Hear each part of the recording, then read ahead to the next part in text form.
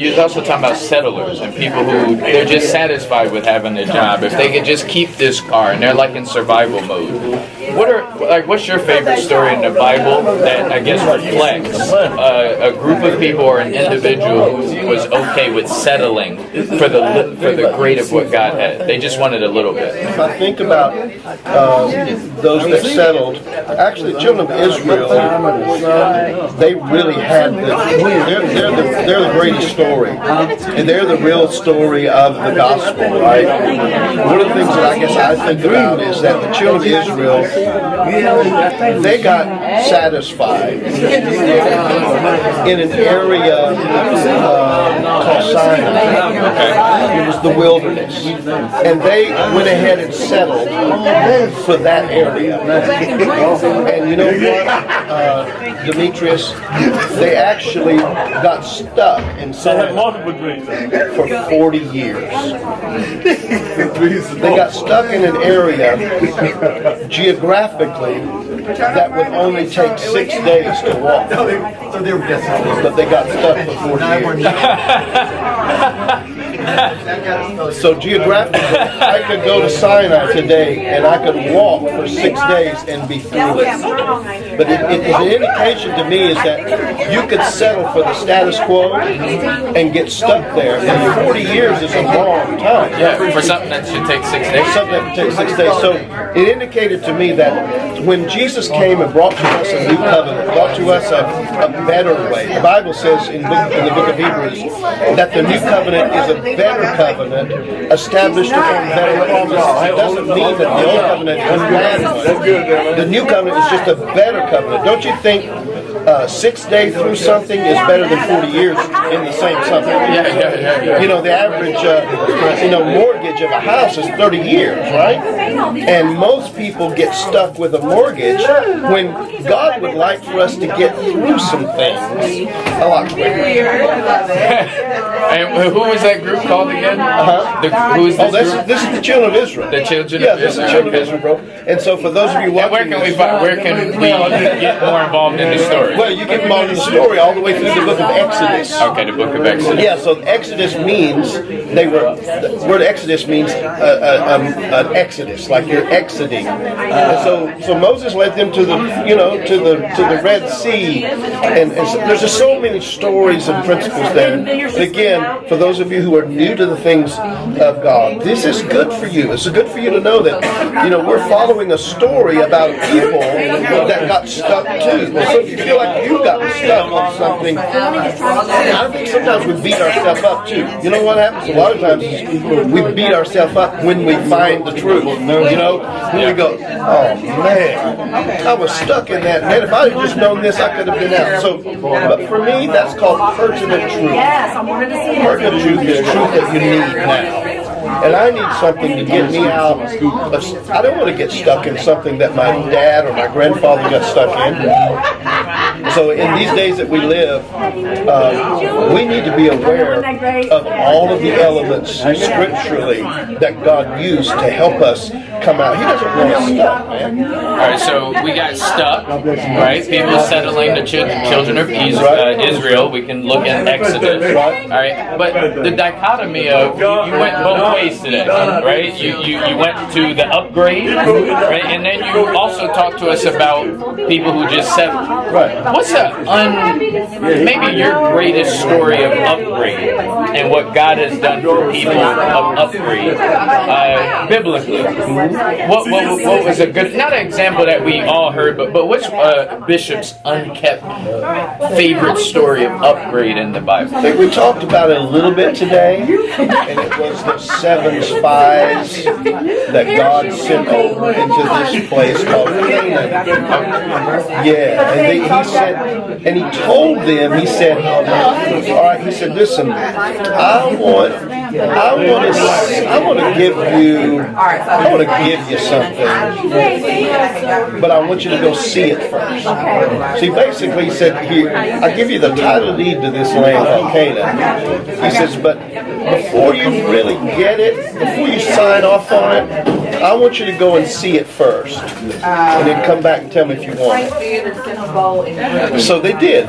They sent 7 guys over, and 2 of those guys were, 2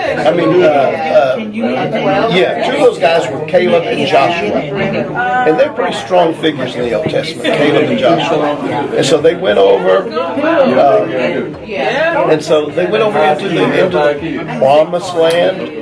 I mean, it's like God said, I'm going to give you this car. I'm going to give you this job. I want to give you this major blessing. Maybe it's a house. So they went over there, and sure enough, the Bible says it flowed with milk and honey, meaning it had everything they needed. It had, and literally, if you go to Israel, that part of Israel, they grow fruit, they grow vegetables, even to this day, that are mammoth. They're huge. Israel is the bread basket of the world. I don't know if you knew that, but part of that little bitty nation. That's why Israel is so important. It's so important in all the world. But they harvest 9 times a year in that valley. 9 times a year.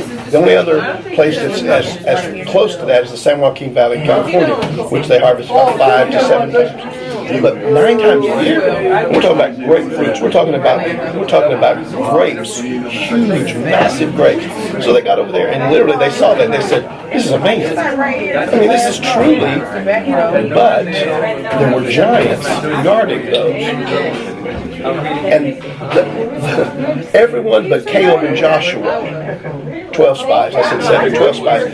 Everyone but Caleb and Joshua didn't see the good thing. They came back and started complaining. God gave us something with a problem. And so I kind of hinted on the fact that when God gives something, there's a problem with the blessing. And you have to make the choice. Which do you want to? Do you believe God would give you something just without any kind of a test? Or is there something you have to do? And so Caleb and Joshua came back, and the other guys were saying, "Hey, there's too many giants over there." And Caleb and Joshua said, "Yeah, but did you see the grapes?" "Yeah, but they're too big for us." He said, "Yeah, but you see the size of those melons, man." And then finally Caleb and Joshua said, "Those guys are bread for us."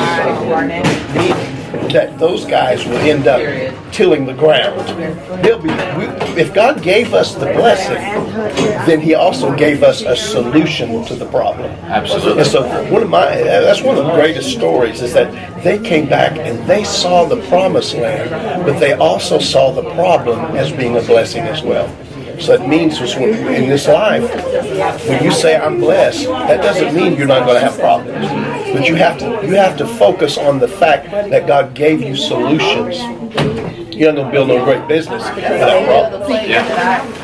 Problems are an invitation for a solution. Don't ask for less problems, ask for more skill. Exactly. That's really good. All right, so last thing I wanted to do, listen guys, if you enjoyed this message, if you enjoyed this message and any other message that you've heard from Bishop Collett, you've been seeing, they see this live stream through a camera. They do. All right, and the camera is having some issues right now. If you guys want to sew in to anything, can we grab I think there's 3 left, 3 paintings. Yeah. Here they go. Yeah, we got a couple of paintings left. We've had some issues with our camera. And this is on for if you're streaming on the Stone NC. All right, let's see here. Cool. So if anybody that gives $100 or more will get one of these. Just let us know. You can go on to thestonenc.com, and if you give the next 3 people that give will get one of these, and just all you have to do is give onto our building fund, and we'll pick that up and give you a call. And they can text too. Yeah, you can text to give as well. Okay. And that's all on our All right, the Stone NC. So thank you so much, Bishop, for answering a few questions about the message today. And would you like to send us out? Yeah, Father, we thank you, Lord God. There's something up this year. And so we thank you for what's up this year. We're looking up this year because, Lord, you said you would give us an upgrade. I pray for the upgrade to come to everyone that's listening today and that they'll receive it and be blessed by it. In Jesus' name, amen. Amen. All right, thanks, Bishop. Bless you, bro. You're the Thanks so much. 5740. Love you.